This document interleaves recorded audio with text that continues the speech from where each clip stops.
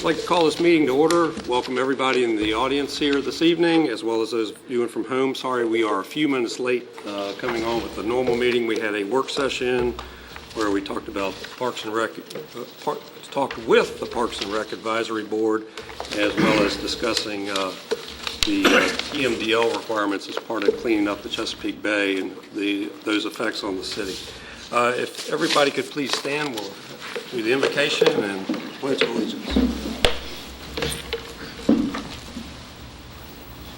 Heavenly Father, thank you for this day.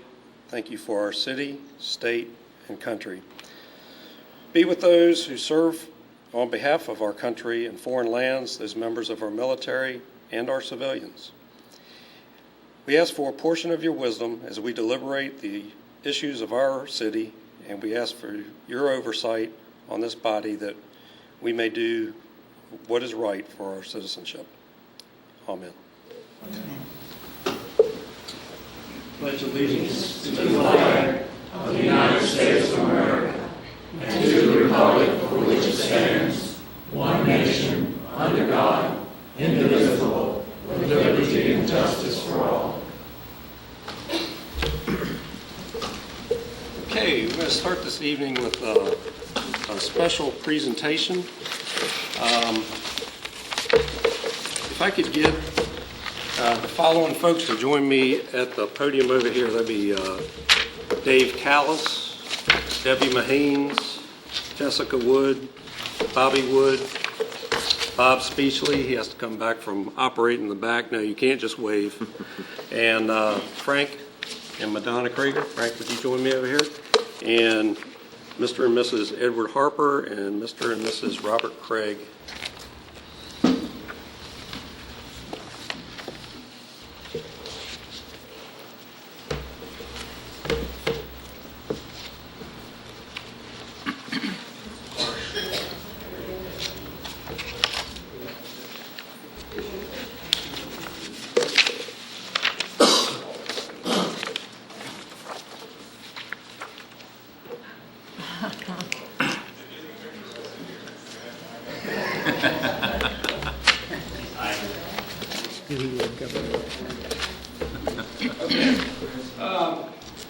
Everybody at home, I read a letter, a very impressive letter written by Karen Harper the other day. It's about 2 weeks ago. This is the Poquoson City Staff Relay for Life. And I was just so impressed by the letter and the things that the city staff would do, as well as some volunteers and Frank as a member of the Poquoson City Council, to further Poquoson's standing against a terrible disease of cancer, which probably touched every one of our lives. This team has basically raised $5,000 per year over many years, and they're very small. I would appreciate, I guess, Sharon, would you like to talk about that? Sure. Our team started as just a group of, it's not, okay. Our team started as just a group of 5 cancer survivors. And we started out in the Newport News area. And then once Tab and York County and Poquoson started their own relay, we joined that relay, and we've been doing this now for 13 years. After the second year, we joined the city. The Parks and Rec folks invited us to join with them, and we sort of just became the City of Poquoson Fishing for a Cure team. And we use Fishing for a Cure because of our heritage. We have consistently raised about $5,000 a year through an annual auction. We do one fundraiser, and it's an annual auction, and we have many people attend. Buddy Green attends, and he's and we miss some of the folks that used to come. Roger Messier and of course Binks Holloway used to come. But my point in writing your letter, a letter, is because these are the unsung heroes. These people do their job year after year after year, and they not only do their job, but they do volunteer work as well. And they come out, and every year we have a successful fundraiser. And what makes us unique among the city is the amount of involvement that the city has. We have city employees such as Debbie and Dave and Bob Speechley, but we also have the civic organizations. The Women's Club donates the use of their facility to us. The Exchange Club donates the hors d'oeuvres for our event. And community members donate their time, their talent, goods, and services for our event. You have nothing like it in any of the other relay events. Nothing.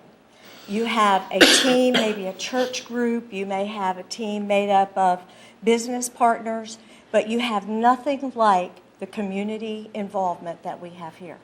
And that's why I wanted to write the letter to you, Mr. Mayor, to let you know that there are people here, not just myself, but all of these people who work for the city, including Frank and Madonna are on the team, and we have Bob Speechley's on the team, Bob Craig, and then you also have Buddy on the team. So we are grateful and we are thankful that you all allow us to do the things that we do. If you see all the purple ribbons around, we painted the town purple, and that is to recognize our survivors. And those of you who are survivors, I would like to invite you to our survivor reception. It's free. All we ask you to do is register. And that is another thing that's unique. We called up, we said, do we need a permit? They said, no, just do it. And we painted the town purple. You'll see the purple ribbons up and down with Creek Boulevard, and we did that last Saturday.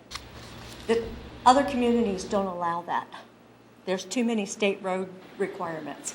So we are unique in pulling together. But we thank you, and we thank all of the city council for letting us do the things that we do, and for allowing the involvement of the city employees in what we do. And we thank you. Thank you so much. And as mayor of the city, and that's why I say this is the easiest city to be the mayor of in the whole peninsula, it's really, what can you say when you have staff like this, you have citizens like we have in this city, and we do the things that only small cities that pull together can do. This is one of those stories, and I wanted to make sure that everybody heard it. Thank you. Thank you.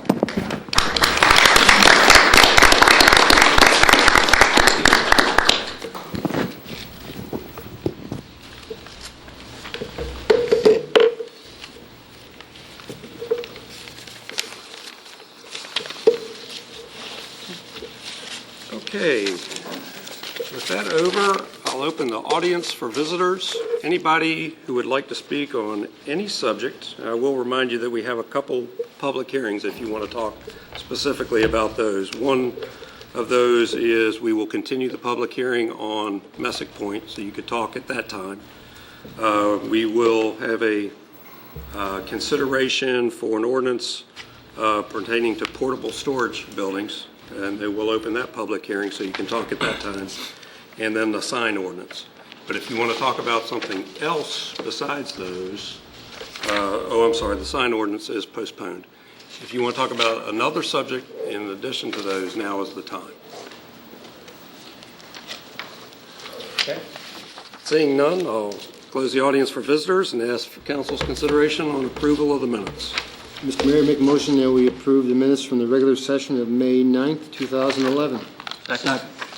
Okay, motion made and seconded. No comments. Judy? Councilman Krieger. Aye. Councilwoman Crawford. Aye. Councilman Green. Aye. Vice Mayor Freeman. Aye. Councilman Southall. Aye. Councilman Bernal. Aye. And Mayor Hunt. Aye. Mr. Mayor, the motion carried by a vote of 7-0. And the work session? Mayor, I move that we adopt the minutes of the work session of May 9th, 2011. Second. Okay, Judy, please. Councilman Southall. Aye. Vice Mayor Freeman. Aye. Councilman Bernal. Aye. Councilman Green. Aye. Councilman Krieger. Aye. Councilwoman Crawford. Aye. Mayor Hunt. Aye. Mr. Mayor, the motion carried by a vote of 7-0. Okay. Now we'll move on to public hearings. And the first is a continuation. This is the receipt of a written bid for the 10-year lease of publicly owned property located at Messick Point. We opened that public hearing last meeting. We continued it only for the opportunity for communication, to make sure that all communications had both been fulfilled. I don't know if we need to, I guess we can read only briefly that we have a offer from a private company to lease from the city the piers at Messick Point and operate a storage, basically a marina business at that location. So we'll continue the public hearing if anybody else would like to speak concerning that subject.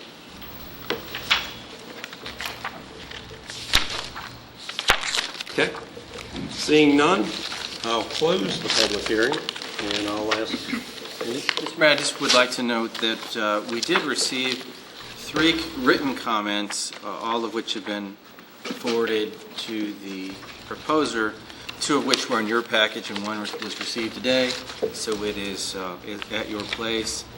And it may be appropriate at this time to ask the proposer if they would like to propose any modifications based on those comments.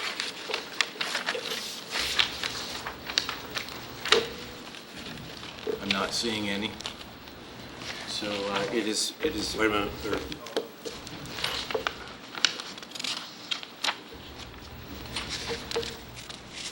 We'll be glad to update our lease agreement to moving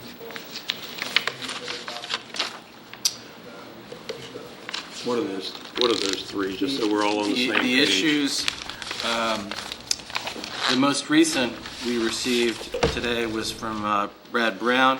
Mr. Brown had 2 suggestions, one pertaining to specific types of insurance coverage that we may want to work into the agreement for those that might lease, sublease spaces there as well. Well, he had 2 issues pertaining to insurance. Our fire chief, Holloway, asked that we consider providing the ability for our fireboat to use that facility when need be. And also, we received a comment from Mr. Powers, who's here, he can certainly speak for himself, but his issue pertained to a desire to maintain at least some public foot access to the dock facility for those people that might not be boaters, but might like to go out there and just walk out and enjoy it. And so those are the 3 issues. I'm hearing the proposers say they're willing to at least think about that in the final draft. It might be appropriate to ask, well, it would be appropriate with your consent, to ask members of council if there are additional items that you would like the proposer to consider as part of a final agreement. And once we've incorporated your comments, then we come back at the next meeting then with the final version from the proposers ready for action. I have a couple of comments about the specific lease, but I think I'll talk to you about that after this, or is now the time? I think Right. now's the time. No, now would be the time. All right. On page 1 of 9, the term of the lease, the second paragraph, it says at the end of the such period, tenant may renew for an additional 10-year period on the terms agreed to the parties. Oh, the phrasing on that, I think, is simply probably a typo, but I wanted to make sure I understand that we understand what that means. Agreed. Does that mean that we'll continue at the same rate? That's Or my whatever, understanding. on whatever terms we agreed to by the parties then? Is that what that means? It's my understanding that the agreement would remain in place as is unless otherwise modified Okay. going forward. The proposer's here, and you're free to also ask them questions. I just thought it was, needed clarification. Then there's a typing error that I can. Not typing error. Scrivener's errors, we can take fix care of that. Any other members of council? Just a question. One of the issues that was raised was concerning the access of the piers and so forth for people fishing and crabbing and so forth. Have a concern that, one small piece of monofilament fishing line can play havoc with a motor that happens to be moored there. So I know that most marinas, not all necessarily, but most don't allow fishing in the immediate area where boats are moored, because that could cause hundreds of dollars of damage to a boat, a stray piece of line. So not sure what the plan on that is. It is my understanding that at one point we did have no fishing signs posted, but in the way of things in that area, the signs disappeared at some point. The proposers here, you could ask them to address that now, or to see how they choose to address Mr. Power's comment in their final lease, whichever you would be more comfortable with. Well, it's unfortunate we don't have another fishing pier and so forth, but we also don't want to put people's property in danger by having things that really do a lot of harm. I concur with that. That's a tough balance between Yeah. how you're going to secure Yeah, the I understand renters' that. boats plus allow the public, yeah. Well, what was the city's intent originally? The city's intent was to not allow, as you said, it was posted with signs, to not allow fishing and crabbing from that pier. I would only ask that we be consistent in our future thing when we finally approve this. I think we can go off and study that question. I think that there's the opportunity to get at least on the end of the boat ramp. I'm not saying that's a great location, but it's certainly not in the marina, and I think it's a valid point. I would just ask that we be consistent with the new company as what the city had originally said. We can find some basis for that. Okay. Any other questions, comments, or concerns? Did I understand that the written concerns will be incorporated into the... I understood that they would be considered and most likely would be in the final document. That was my understanding, that they had them, they understood them, and would provide a response in the form of a amended proposal for your next meeting. Don't know exactly what that response will be. But seemed to indicate that the issues that were outlined were not a significant barrier for them. Rather than drag this on to another meeting, could we move that we adopt this with those being addressed to your satisfaction?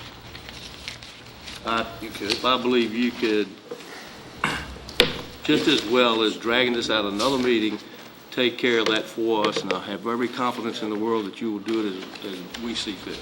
Is that a motion? I move that we adopt an ordinance of the City of Poquoson, Virginia, granting a 10-year lease of publicly owned property located at Messick Point with the revisions to satisfy the city manager. Second. Very well. Questions, comments, or concerns on the motion? If none, Judy? Councilman Green. Aye. Councilman Bernal. Aye. Councilman Krieger. Aye. Councilman Southall. Aye. Councilwoman Crawford. Aye. Vice Mayor Freeman. Aye. And Mayor Hunt. Aye. Mr. Mayor, the motion carried by a vote of 7-0. Okay. We welcome that opportunity down at Messick Point for a new business to be in operation. Look forward to your success down there.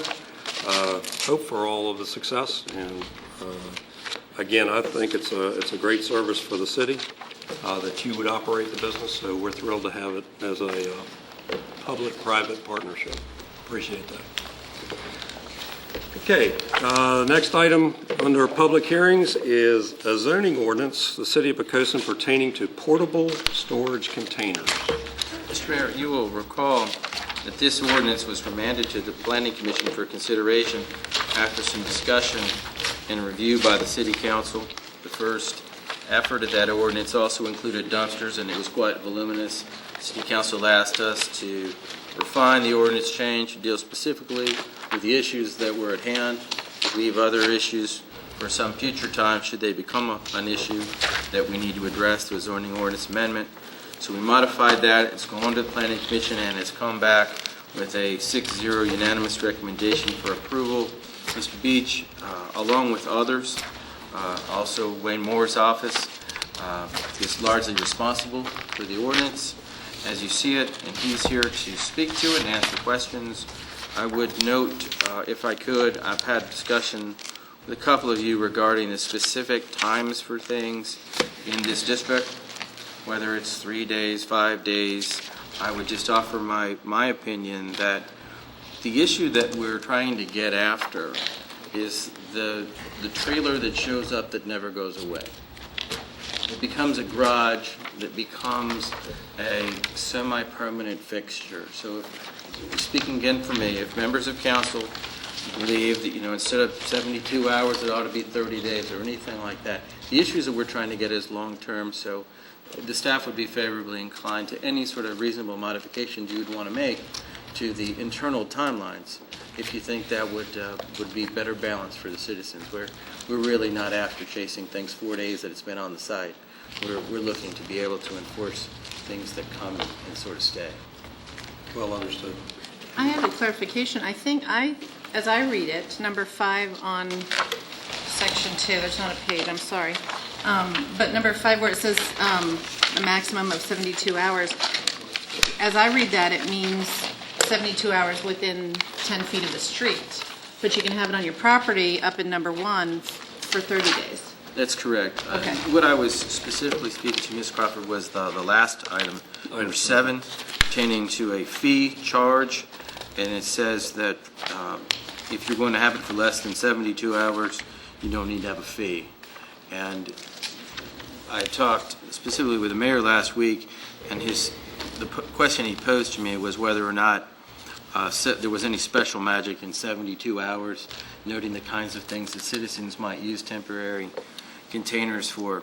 I would certainly have no issue or concern about any sort of reasonable adjustment to that 72-hour fee number or permit fee number to include potentially 30 days. Well, I personally feel like that 72 hours is unreasonable. I'm not interested in burdening the citizens with another $15 fee just so we can make it inconvenient for them to do a project at their house. And I think if you're going to remodel to the extent that you need a pod, then you need at least 30 days. And I think that I personally would rather see that 72 hours read 30 days and then we issue a permit if it's going to be beyond that.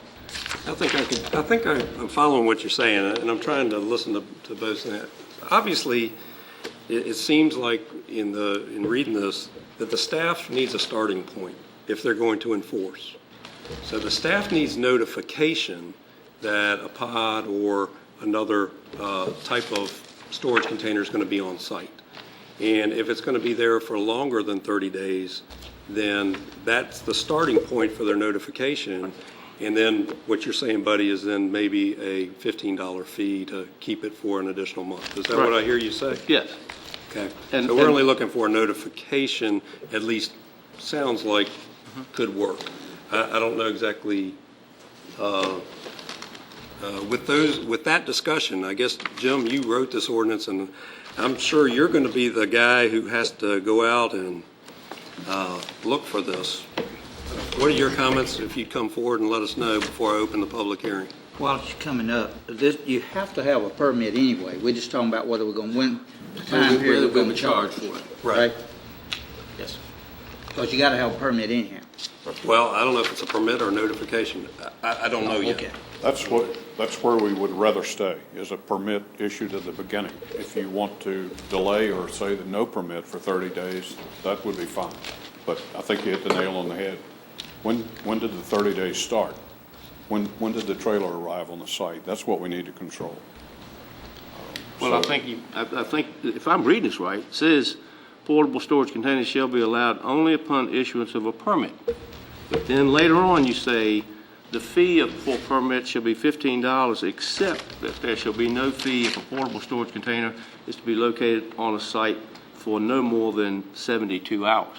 Well, I think 72 hours is unreasonable for anything you're going to do. Probably it would take me that long to get my stuff into the daggone thing. So 72 hours is just really kind of silly to me. Okay. So your recommendation is that if you've got just to change get the the permit. 72 hours to 30 days for Right. the $15 fee. Is that the way that you all agree that if we change those words, that you can enforce it, the permit? Yes. That would be So what fine. you're still asking the have a citizen to permit. do is if they're going to get a pod or similar container, that they come get a permit free of charge Yes, sir. to let us know that it's on the site. For time to be established? Yes, sir. Okay. And how hard is that permitting process? Probably. Can it be a phone call? Probably 2 minutes. It could be, we could do it online. I think we can make it as simple as possible.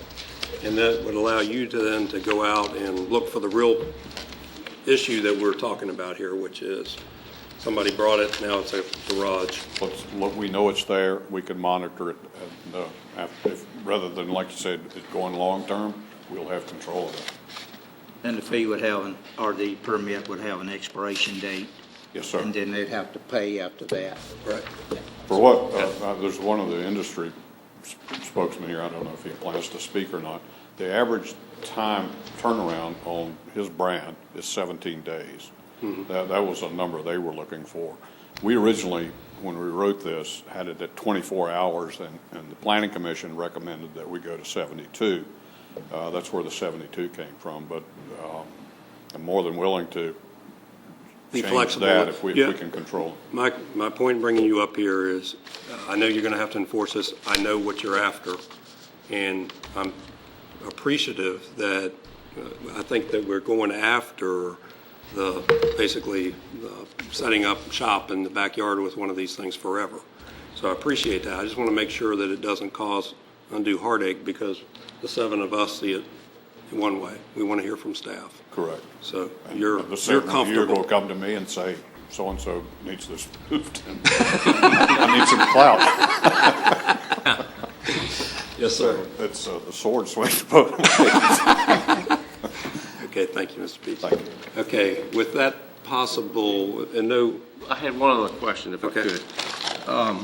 We said we didn't want to include dumpsters in this, but if I'm reading 65, the definition of portable storage container, it says the term shall include yard waste container. Isn't that a dumpster? I saw that too. Shouldn't we strike that? Well, Or once again, is that what, they can have it for the 30 days and then well, beyond all that right, it's unreasonable? is the dumpster, you're thinking about the open top building dumpster that's 30 feet long that you'll see on a construction site? And it sounds to me like the staff may be talking about the covered dumpster that just gets its refuse. So which one is that aimed at, Jim? Sorry to call you back up. yard waste I think roofing company comes in. I think as far as, other than construction, I'd like to see the yard waste dumpster stay in there. Okay. And what is a yard waste dumpster exactly? Is that the open top, like is. our trash trucks, our refuse collection, they actually can drop off the container? That would, yes, sir, that would be the same thing. And you're saying that it would be the same treatment for those? Correct. You'd notify the city that you've got one on site, no permitting fee until you keep it there for longer than 30 days. Well, let me back up. We can take that out. The containers are for sale. The large shipping containers are what is appearing around town now, around the city, excuse me. It's not, even though the industry will deny it, it's not a long time before the pod containers are going to start. They're going to recycle. They're going to be selling those. And that's what will end up being long-term. We can take the yard waste container out. I think for the most part, nobody's going to buy one of those to keep in the yard for storage. So we could consider it later? They'll surprise us, but yes, sir, we could.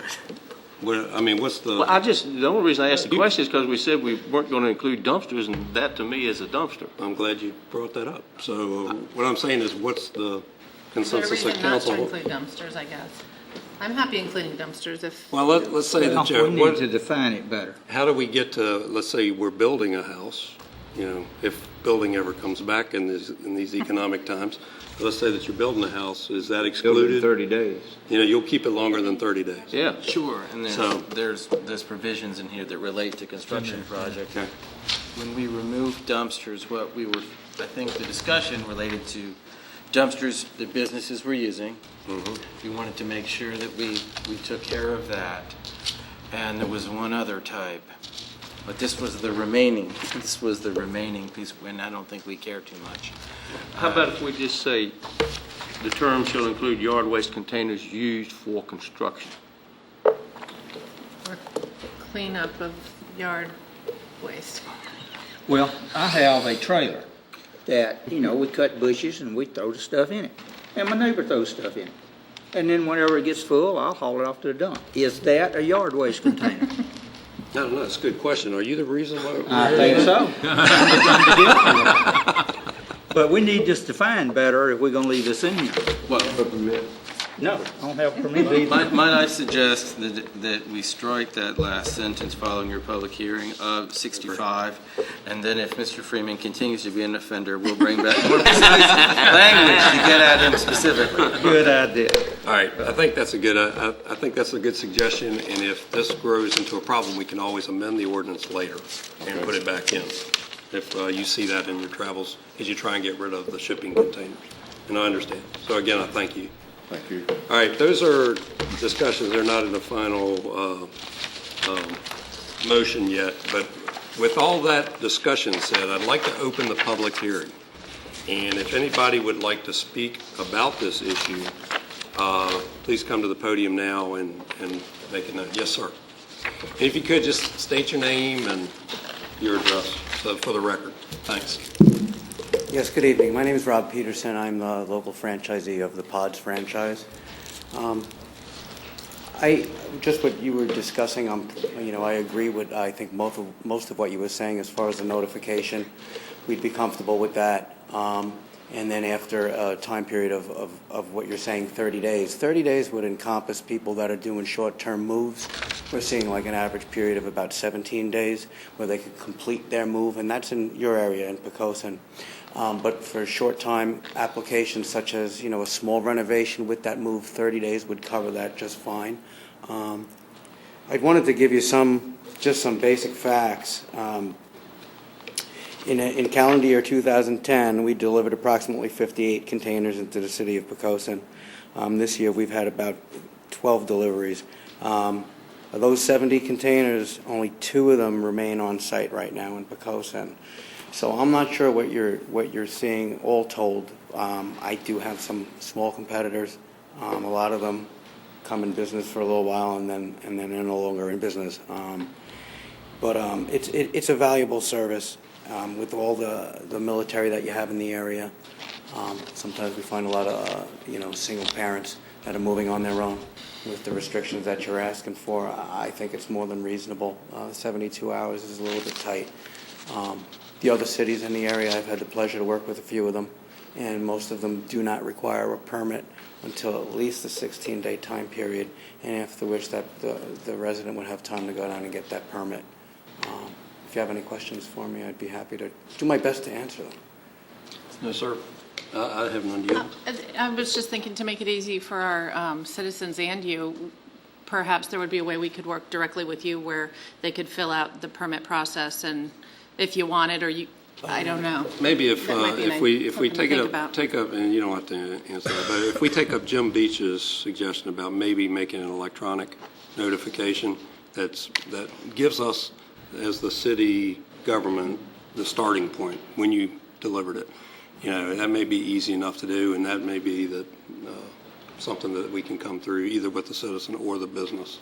But not restricted to electronic, right? They Not restricted to, no.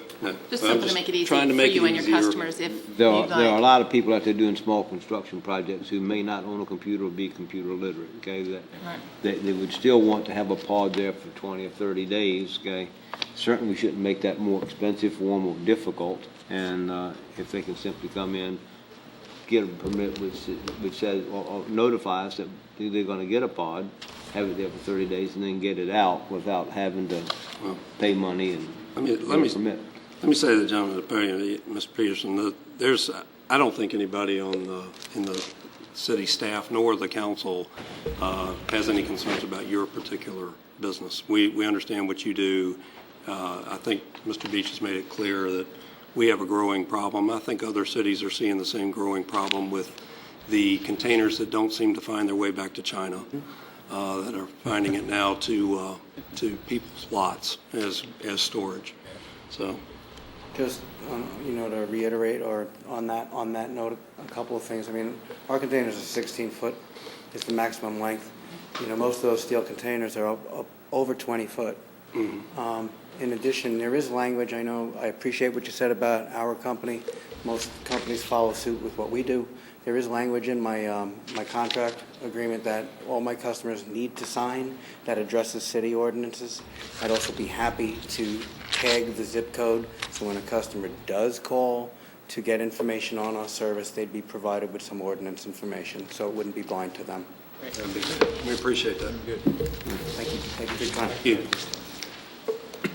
Any other speakers? Seeing none, somebody prepared to make a motion?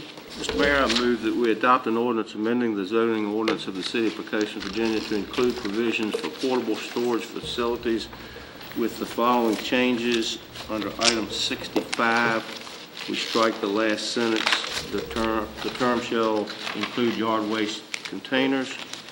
And on the last paragraph of section 2, that we change the stipulation of 72 hours to 30 days. Second. Okay. A motion made and seconded. Any further discussion by council? Okay. No? Judy, please. Councilwoman Crawford. Aye. Councilman Krieger. Aye. Councilman Southall. Aye. Vice Mayor Freeman. Aye. Councilman Bernal. Aye. Councilman Green. Aye. And Mayor Hunt. Aye. Mr. Mayor, the motion carried by a vote of 7-0. Okay. The next public hearing has been postponed, and that was to discuss an ordinance of the City of Poquoson pertaining to the size and height of signs and the number of signs allowed for a corner lot in a commercial district.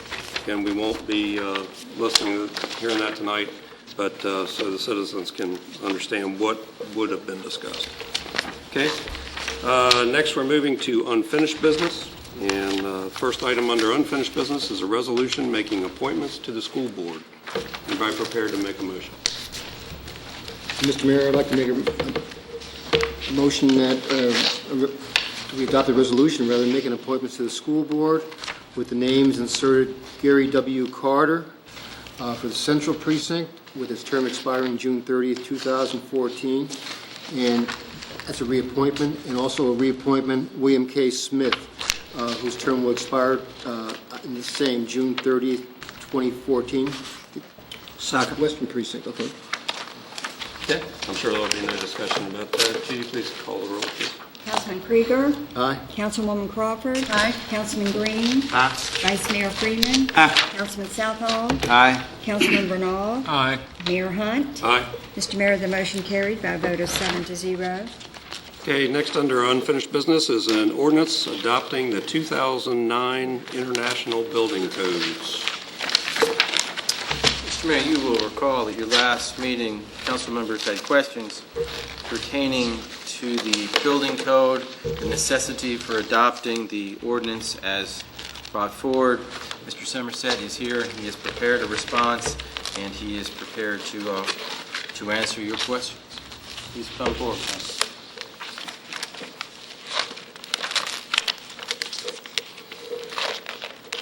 Good evening, Kim. How you doing? Good. Let's know what we need to know about international building codes and how that kind of works. I know that Councilman Southall has got some concerns. I think he may have some in-depth questions. Yeah, I do. Ken, to be honest with you, I don't understand the need for international building codes for local building codes, and that's the reason I brought questions up the last time we talked. The ordinance provided last time that we would have, that we accept the new state codes and the international building codes, and I don't certainly I have no problem at all with accepting state codes. My concern was, why do we adopt international building codes, because I don't really give a hoot how they do things in France, okay? We need to look at the way we do things in the city of Poquoson, okay? And my simple concept is that if there's an international building code, that certainly our national codes would comply with those codes so that we could do things internationally, and that as a nation, the various states would make certain that their codes complied with the national codes, but would be a subset of those codes. Because, for instance, the way we size heating and cooling units in Boston, Maine, might not be the way we'd need to size cooling and heating units in Naples, Florida. Right. And the construction techniques used on the fault line in California may not be what we need to apply in the city of Poquoson. Yes. And so I would think that each state would have a subset of those of the national rules to apply for those states, and then within the states, the localities would have a subset of those codes. You know, and we had some incidents locally, not necessarily in the city of Poquoson, where Chinese drywall got into our buildings and it caused electrical circuits to corrode, and we had short circuits, fires, health conditions, and so forth. And my question would be, is that a result of international codes? Okay. Yes, sir. Okay.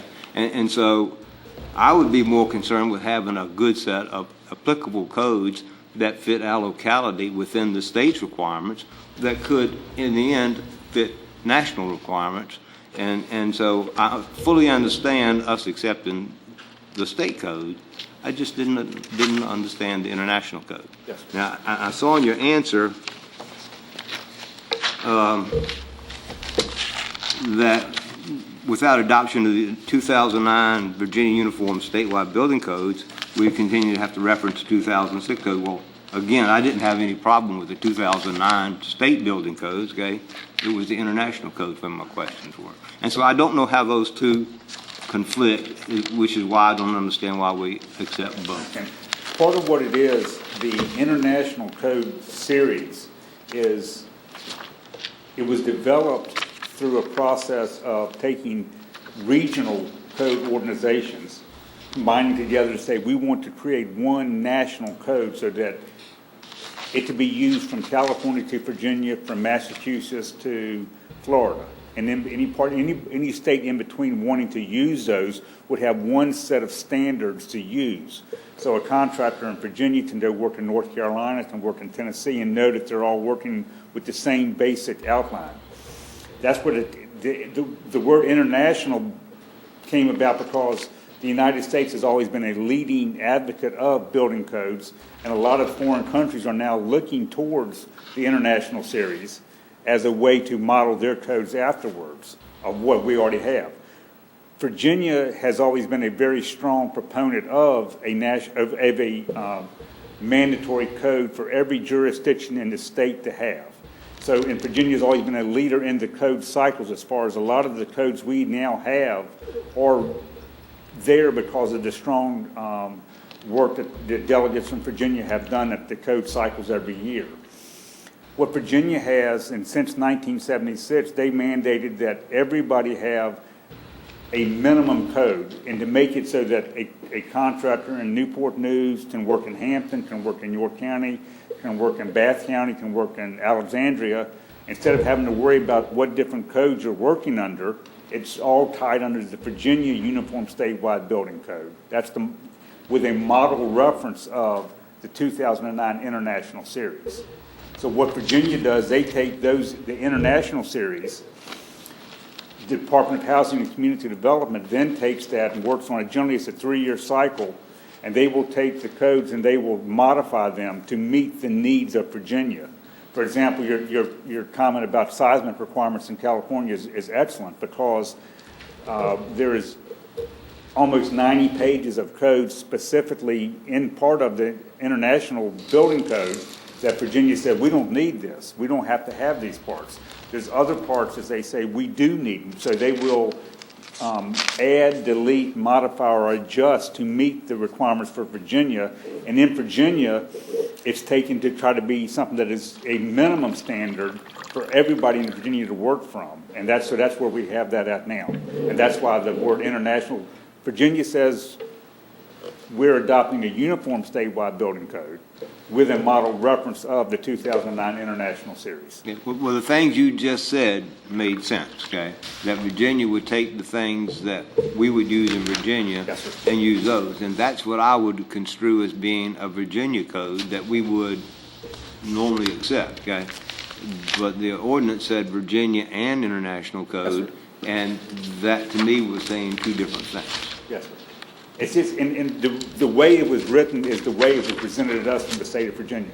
They said on March 1st, 2011, this is the code that will be in effect. So that's why we just take the wordage they give us, and we just apply it right into the code as we have right now. So if we did in 2006 also. Then maybe it's a play on words on the way it was worded. The way you just spoke about it made common sense to me, and your last statement in the answer was that to not do it would hinder development reviews for new projects, and I certainly would not want to create more problems in getting new projects started. It's already difficult enough, okay? But I did not want to accept a set of international codes, okay, that was on top of the state codes that would require us to do such things as wiring the way they do it in France, or accepting the standards for Chinese drywall in the city of Poquoson. Yes, sir. Yes, sir. And the perfect example of that would be the proposed Wendy's. They submitted all their plans designed under the 2009 International Building Code. So, and then they referenced as amended and adopted by Virginia. So for me to be able to review that plan and to permit it correctly, I have to have these codes to work under. Otherwise, I would go back to them and have to tell them they would have to resubmit or rechange things to meet the 2006 series, which could be very costly for them. Well, again, I would not have a problem with codes that are amended and is adopted by the state of Virginia. Okay, Yes, it's as amended and adopted by the international community that I would have a problem with. Yes. Okay. Thank you. Thank you, Ken.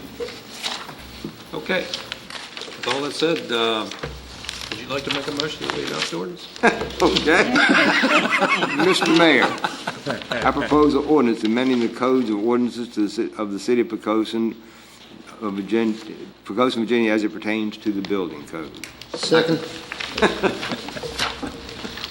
And that's with the international codes in there, right? Got it.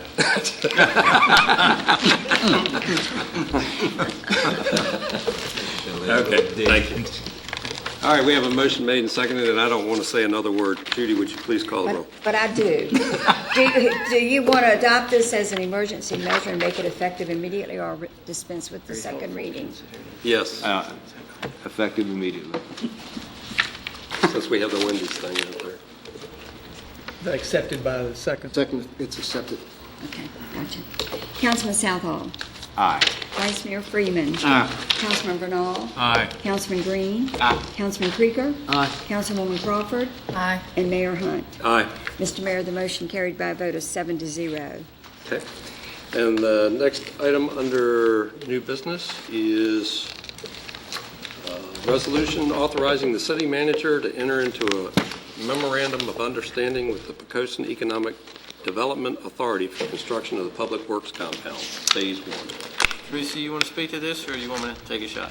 All right. Members of council, this is a follow-on and continuation of the approval that you've given previously to move forward with the Phase 1 Public Works process. We looked at various different ways to fund this project, and we bring to you the recommendation and previously brought to you that we move forward utilizing our existing EDA line of credit.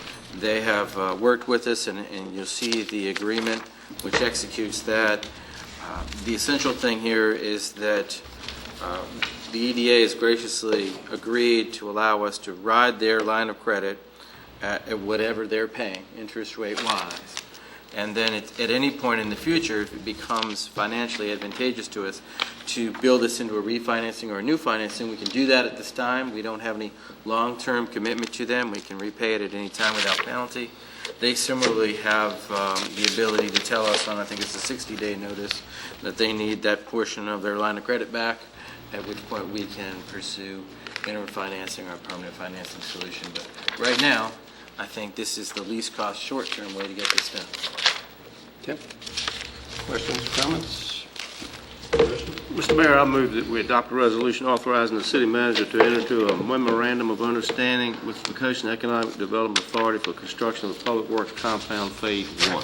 Second. Okay. Hearing no further questions or discussion, Judy, please call the roll. Councilman Green? Aye. Councilman Bernal? Aye. Councilman Krieger? Aye. Councilman Southall? Aye. Councilwoman Crawford? Aye. Vice Mayor Freeman? Aye. Mayor Hunt? Aye. Mr. Mayor, the motion carried by a vote of 7-0. Next item under new business is the resolution. Mayor, we have an ordinance appropriating the funds. I think it wasn't in the title, but it is part of the item. Okay, thank you. Mr. Mayor, I make a motion that we adopt an ordinance that makes additional appropriations and reappropriations for fiscal year 2010-2011. Second. Okay, motion made and seconded on the ordinance making the appropriation for the Public Works compound.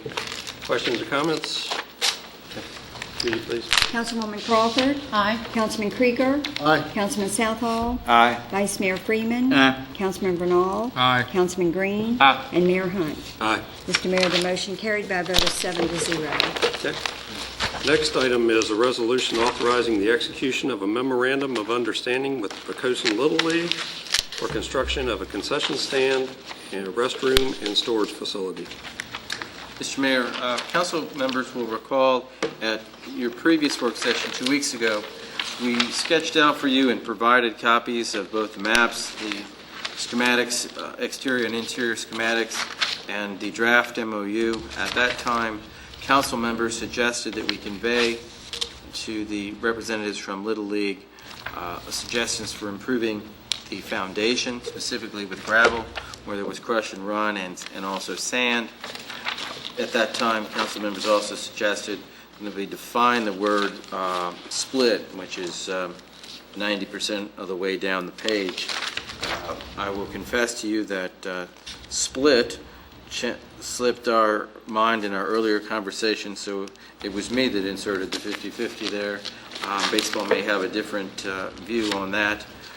Since your last meeting, last week, the mayor, Mr. Green, and myself had an opportunity to meet with representatives from baseball. They're here, and so I wanted to point your attention to the bottom, near the bottom of the MOU in the underlined section. There is something that is new, and I want to explain what that is.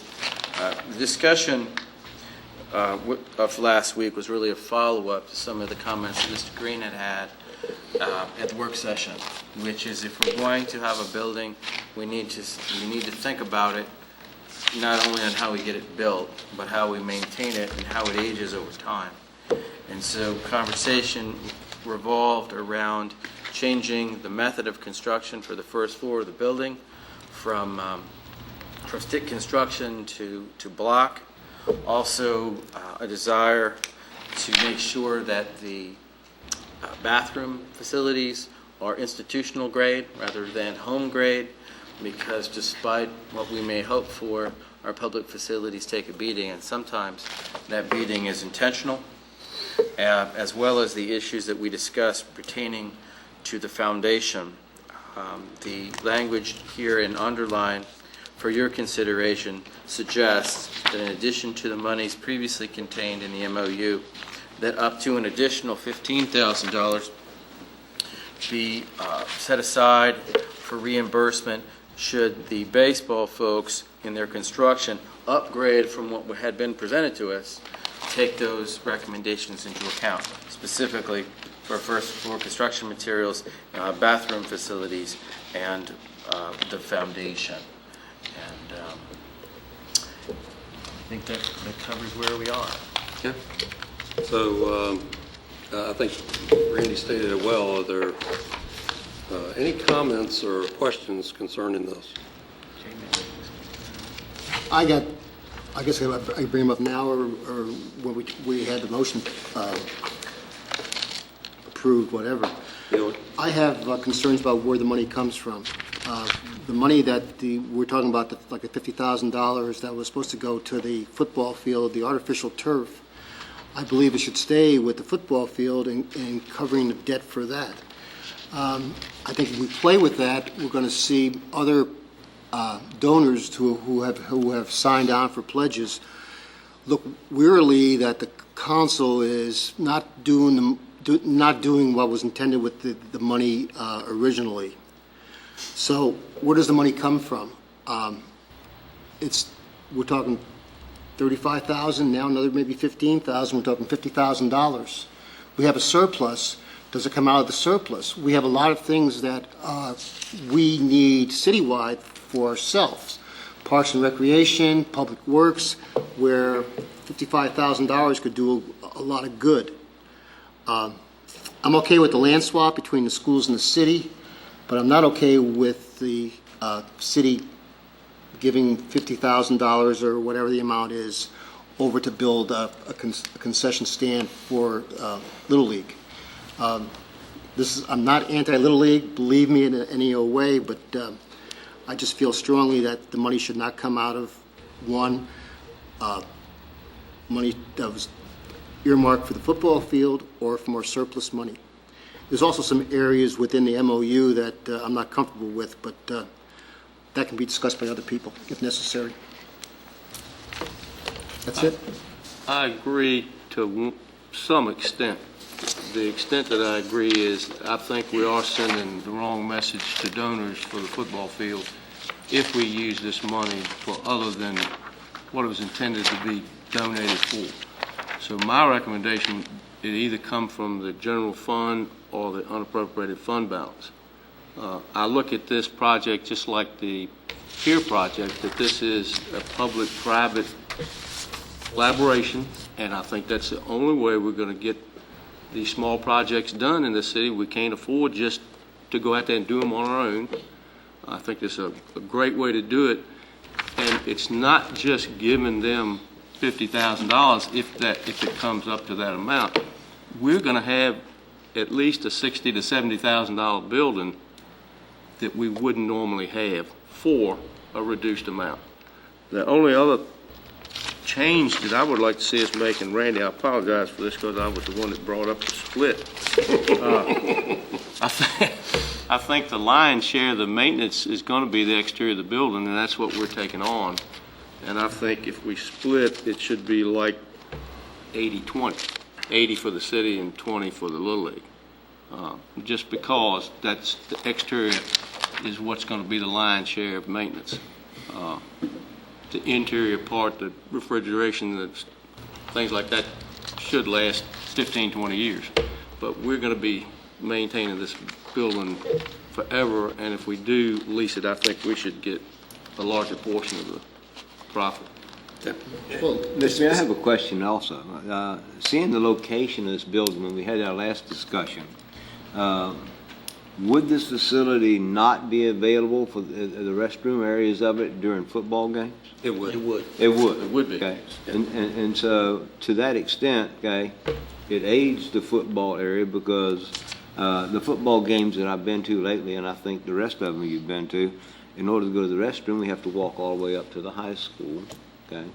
And the high school restrooms are crowded and leave something to be desired.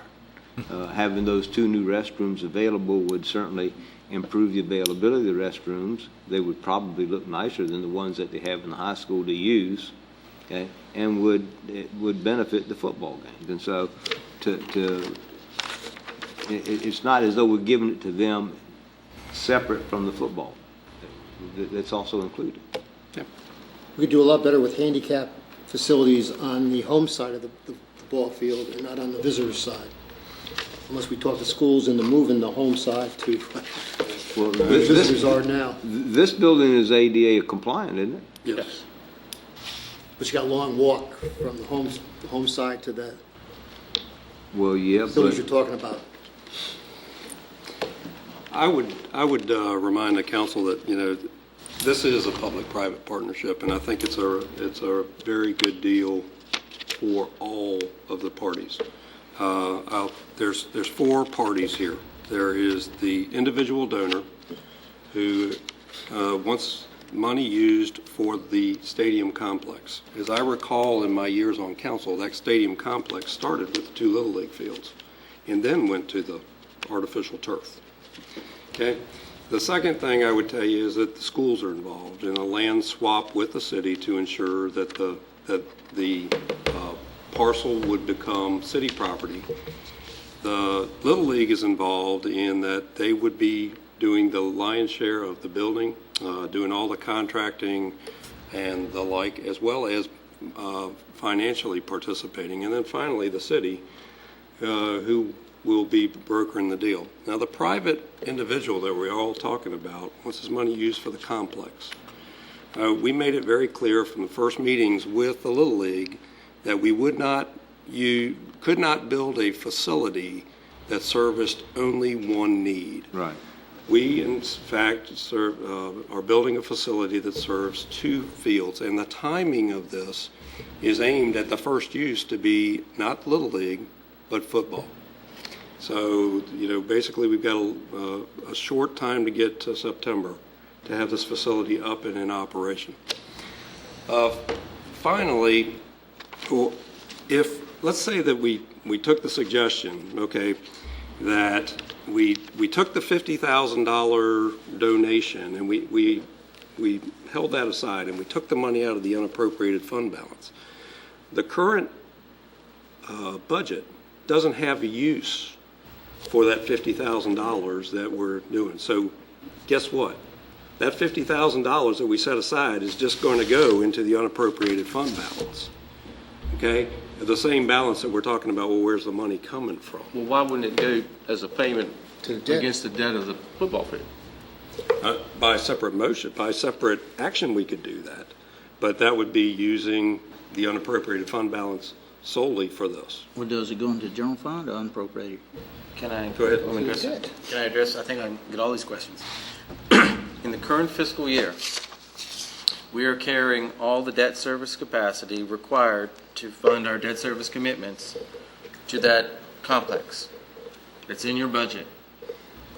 The money that we're talking about in forms of donation, you could absolutely designate it. That would simultaneously free up an equal amount of money in the budget, so you essentially back to the same position, although you've changed the hat that the money wears, but it's still in the general fund. The end result is we had $50,000 more than we planned for when we approved the budget. In fiscal years 12, 13, etc., in the budget that you just adopted, this money has been appropriated in the budget to help defray the costs of the expenditures that we've already made and the continuing debt service that goes with it. So we've essentially taken that and incorporate that in future years. But this year, the money we're talking about, we didn't receive until sometime after the 1st of January. So there was no way that we could incorporate it into the original adopted budget. So we needed to continue to fill our debt service obligations from the general fund, general revenues, when we adopted the budget this time last year. So we have a one-time event in that the money for the debt service obligation is fully funded in the current year, but the donative funds were not accounted for in the budget. So what you're saying is it's a paper trail. Yeah, it's a paper No trail. matter what we do. Whatever you do, it's going back to the unappropriated fund balance. Right. You can't double the money. No, we you're putting in. we need to track it, so I don't think it's Agreed. totally mute, Yeah. but it's the same. We need to track it in that the amount of money that was donated gets used for the purposes it was donated for. Right. And I believe that the donor would recognize this as what he donated the money for. Like I said, the first start of the discussion with him was when we started landing the Little League fields. So, But I thought the only plea we made for donors was for the football field itself to put in the artificial turf. And that's where all the donors anteed up contributions over 8 years, 9 years, or whatever. Not the complex, the field itself. the money that we're talking is a single donor. Well, we had more than one donor for the football field. You may have had, and those have all been used at that complex. This one donor that we're talking about, his money was to be used at the football complex. So. I thought it said for the artificial turf, but that's okay. Anyway, To the best of our looking, there is no paperwork that we could find that specifically there's no documentation. tied up the specifics of the donative agreement. It's verbal. So anyway, is somebody prepared to make a motion to take it from somewhere? Because it really doesn't matter where you take it from. Mr. Mayor, I move that we adopt a resolution authorizing the execution of a memorandum of understanding with Poquoson Little League for construction of a concession stand restroom storage facility. Second. Okay, we have a motion made and seconded. Further discussion? Okay. Judy, please call the roll. Councilman Krieger? No? Councilwoman Crawford? Aye. Councilman Green? Aye. Vice Mayor Freeman? Aye. Councilman Southall? Aye. Councilman Bernal?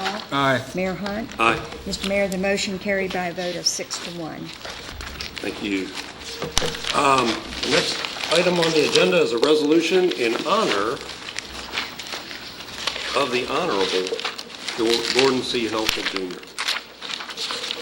And if council would dispense with the reading of this, we'd like to do that when we recognize him officially instead of reading it in public. Okay? I would make. We will tell the public it says nice things. Okay. All right. Mr. Mayor, I move that we adopt a resolution honoring the Honorable Gordon C. Helpful Jr. Second. Yeah, I think this is an easy one. Judy, please call the roll. Councilman Southall? Aye. Vice Mayor Freeman? Aye. Councilman Bernal? Aye. Councilman Green? Aye. Councilman Krieger? Councilwoman Crawford? Aye. And Mayor Hunt. Aye. Mr. Mayor, the motion carried by a vote of 7-0. Okay, and the next item is a resolution canceling the first meetings of the months of June, July, and August of 2011, and scheduling of council retreats in those slots. Council members, you have traditionally gone to a summer schedule, and the first part of this action does that, reducing the number of normal regular meetings from 2 to 1 for the months of June, July, and August. The mayor has additionally requested that you consider the establishment of 3 off-site retreats, the topics for which, for the first one, is economic development and legislative issues, June 13th, July 11th, budget-related issues, and August 8th, transportation and TMDL. If you, as suggested, these would be at the same evenings as what would have been your first meeting of the month at an off-site location, but in the city, in one of our facilities, so we don't have a budget outlay to go. The motion? Would these retreats be at the same time? Or are you anticipating they'd be longer? Or? No, same time. In other words, That's why we broke them down. Start at 6 or 7 and... However council feels, it's just that they're on the same day. If we want to go a little early, I'm sure we can work through that. And there will be 3 retreats at on the same dates as the first meeting of the month. Correct. So that it's easy to schedule everybody. And obviously, we all have summer things to do. If you can't be at every one, it's certainly acceptable. I may even have a problem with one of them. But I think it's important that we talk about these issues and have that philosophical discussion on them to make sure that we're all directing staff in the same direction. Mr. Mayor, I move that we adopt a resolution canceling the first meeting in the months of June, July, and August 2011 and establishing dates for council retreats. Second. Okay. Judy, please. Councilman Green? Aye. Councilman Bernal? Aye. Councilman Krieger? Aye. Councilman Southall? Aye. Councilwoman Crawford? Aye. Vice Mayor Freeman? Aye. And Mayor Hunt. Aye. Mr. Mayor, the motion carried by a vote of 7-0. Okay, thank you very much, council. And finally, an ordinance making additional appropriations and transfers for fiscal year 2011. Mr. Mayor, Teresa's here and would be pleased to answer questions, I'm sure. This is largely a housekeeping resolution, but for those watching at home, I would just point out that, let's see, of the 10 or so items, all but one are either grant funds or donated funds. We are working hard to find anything we can to help us in executing our mission, whether it's money relating to emergency preparation, donated funds for the library, donated funds to support fire and rescue. We are actively searching. The one item that is not either grant funded or donated is the last bulleted item. We are requesting your appropriation of $35,000 from the current year budget. The revenue line is from personal property taxes in an amount greater than what we had budgeted, meaning it's coming in higher than we thought. What we're asking you to appropriate this money for is we've got some real critical technology problems. We're talking about server issues and other things. We've been pushing this out as we've gone through the recession. And we've gotten to the point that we risk critical failure on some non-public safety systems. And we would like your concurrence to go ahead and at least get these sort of basic things taken care of. Teresa, did I miss anything important? Just one question, probably kind of silly, but what is VOPEX? The first one for the police I can't department? tell you what VOPEX stands for, but I can tell you what it is. Okay, good enough. VOPEX is money that's made available to us because we're part of the Surrey nuclear planning area. Okay. And they make certain amounts of money available to all the participating jurisdictions to meet their individual public safety needs to help us be ready to respond to them. Coincidentally, the kinds of things we spend it on also provide us the opportunity to respond to just about anything. Okay, thank you. I would assume that when we did this technology sharing with the school division, that since we realized that we need, servers and new servers and software, that if the schools also found a similar requirement, that the superintendent would come back to us and ask for the same sort of equipment to enhance their programs?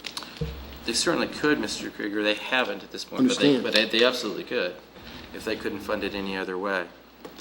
Would it be cheaper, beneficial to ask the schools? Could we buy a mass server? I don't know how many servers we need or how much software we need, but is there any savings in buying it in bulk? I think the savings that we'll see with this is through standardization, and the schools, everything that we've done, they've been instrumental in helping us plan for it. And so we're going to move to similar platforms, similar software, and then co-locate. So I think we're moving in that direction. So it sounds like they're already there. They're further ahead than we are for sure. They've benefited from a professional IT staff and a larger budget for a while. Now, they've certainly got a way to go too, but we've got a way to go to catch them. So what we're proposing to buy with this appropriation has already been coordinated with the joint operation with the school? Absolutely. Okay. They're vital in our planning. Yeah. Okay, thank you. Anybody prepared to make a motion? I would move that we adopt an ordinance making additional appropriations and transfers for FY 2011. Second? Okay, motion made and second. Further discussion? I'd like to say just a couple of things. First off, the money, other than that last item you mentioned, the stuff we got from grants is roughly $65,000, and that is money that we would not have if our people were not going out doing above and beyond their job to try to help the city. So they're really to be commended for that. I know Joe in the fire department is a big grant writer now. He's got it down, but I'm just really proud of that to begin with. Secondly, when you're talking about the technology services, I know that we have had in our long range the plan of what we're going to do with our money. Capital improvements plan. That one, thank you. The phone? Yes, Is that what you're gonna bring the up? telephones needed to be upgraded both at the city and the school system. And so that's something I'm not sure. I think, as I recall, it was somewhere in the $20,000 range, but that may be something to look towards improving sometime soon. I think we are. Did you want to address it, Teresa? No? I think you're right. It's something we need to look towards. I just wanted to mention This it. is stuff that's even more critical, sort of brainstem Right. stuff. Right. But it kind of follows along with that, so I just wanted to mention that. Okay. Okay. Motion made and seconded. Judy, would you please call the roll? Councilwoman Crawford. Aye. Councilman Krieger. Aye. Councilman Southall. Aye. Vice Mayor Freeman. Aye. Councilman Bernal. Aye. Councilman Green. Aye. And Mayor Hunt. Aye. Mr. Mayor, the motion carried by a vote of 7-0. Okay. Comments of the city manager? I only have a few, sir. I just wanted to remind the community that we will be closed May 30th in observance of Memorial Day. There will be a celebration, memorial celebration, honoring those folks who have given their all for this country at 10 o'clock at City Hall, right out front. I wanted to thank our Public Works people because they transformed the Little League parking area. If you haven't seen it, I pulled in there last week and wasn't quite sure where I was for a second. They took out the drainage ditch, they piped it, they laid over some nice gravel, and it has probably increased the usable size of that parking lot by a third. And thank you to them for that. And also, if I could employ Mr. Callis's assistance for a minute, he doesn't know what this is. I want to show you what the Welcome to Poquoson Islanders Sports sign looks like. It's in the corner. So we'll turn it around for you. I actually haven't read it yet. I just found out it was against the corner. So if there's an obvious misspelling, I'll be embarrassed. But don't think that I knew that ahead of time.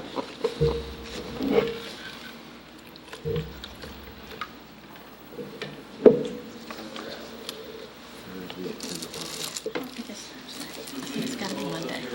Oh, very good, very good.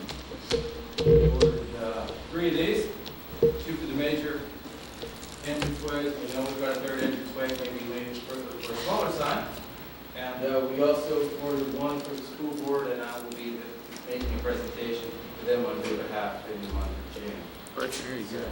Anyway, I'll do it later. Thank you very much. And Very nice. I think we all greatly approve.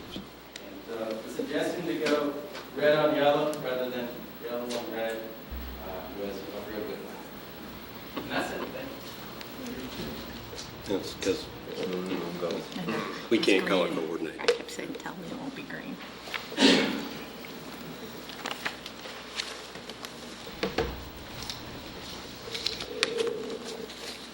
Do you have any other comments? No, sir. Okay. And comments of the council? Start with you, Dr. Bell. 2 things. First of all, I saw recently where our library received some more recognitions, one for a youth program and one for senior program. And so they're certainly covering the gamut. And I personally wore out my library card this winter, and I just want to commend the staff. They're always so helpful and well-informed about the services that they have, and it's such a tremendous asset for the city, and it's great to see them recognized just beyond our own city limits. The other thing, I just want to thank everybody that supported our Poquoson barbecue this past weekend. We sold everything but the squeal, as we say, and we certainly will be using the funds to support a great variety of local projects. So. And remind everybody that on the 11th of June, we have our bulk roast, so come out and buy some more. Very good. Thank you. Councilman Green? Just like to congratulate the Poquoson Business Alliance for the wonderful meet and greet that they had, and appreciate their inviting all of us to it. It was a great event. I think it had more people this time than I've ever seen there. Thank you for the city for sponsoring the treats, the goodies to eat.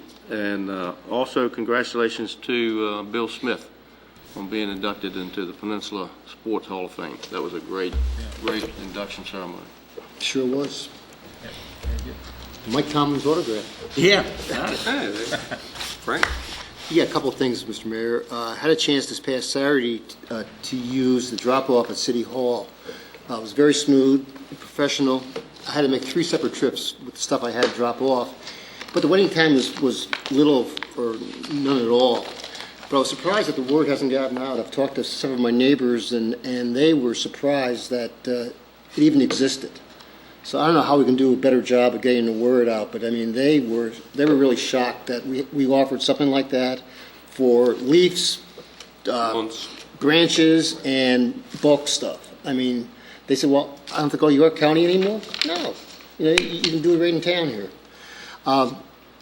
Buddy and myself and Tracy had a chance to attend the May 15th dedication of a memorial in honor of Frank Gornick, the young teenager who was who died about a year ago in November. A lot of businesses and individuals participated in it, and the City Public Works and the Parks and Recreation also got involved in it. But a special thanks go to Sam Forrest. He's Eagle Scout from Troop 10 in Hampton, who was really the go-getter for doing the whole project. And if you get a chance to go down there, South Lawson Park, and look at it, it's really quite a tribute to a young man who Sam thought a whole lot of. They were classmates at Poquoson High School, and it was very nice, very nicely done. The final thing is that the Commissioner of Revenue's office, Graham Wilson, put out a pamphlet. I got a copy here, and I think he gave it out to all the people who are currently under the state tax relief for the elderly or disabled, and sewer use and solid waste fee reductions. And I believe it's also on the city website. Yes, sir. And I would tell anybody who thinks they could qualify for it that if you're going down to City Hall, to the finance office between now and June 6th to pay your property taxes, you can probably just step next door and ask to pick up one of these pamphlets. It has the questions and answers and all you need to know about how to apply, are you eligible, not eligible, or whatever. That's all, sir. Okay, thank you. Bud? No comments tonight, thank you. Okay. Same here, everything's been said. Thank you. Nothing additional? Okay. I just want to say thank you to the council. I think the few pieces of legislation that we passed tonight, I kind of poke fun, and I hope it's well received, that, you're paying attention to the details of everything that we're doing. Bud, your question on the building codes was right on. If we have it, we ask it. Buddy, your review of the Little League complex was right on, and we made some great changes. I thank y'all for those comments. I thank y'all for your involvement, and I appreciate serving with each and every one of you. So that's all I've got, and with that, we will take a motion to move to a closed session. Mr. Mayor, I move that we convene a closed session pursuant to Section 2.2-3711A3 of Code of Virginia, 1950, as amended, to discuss the disposition of publicly held real property, i.e. tower. Is there a second?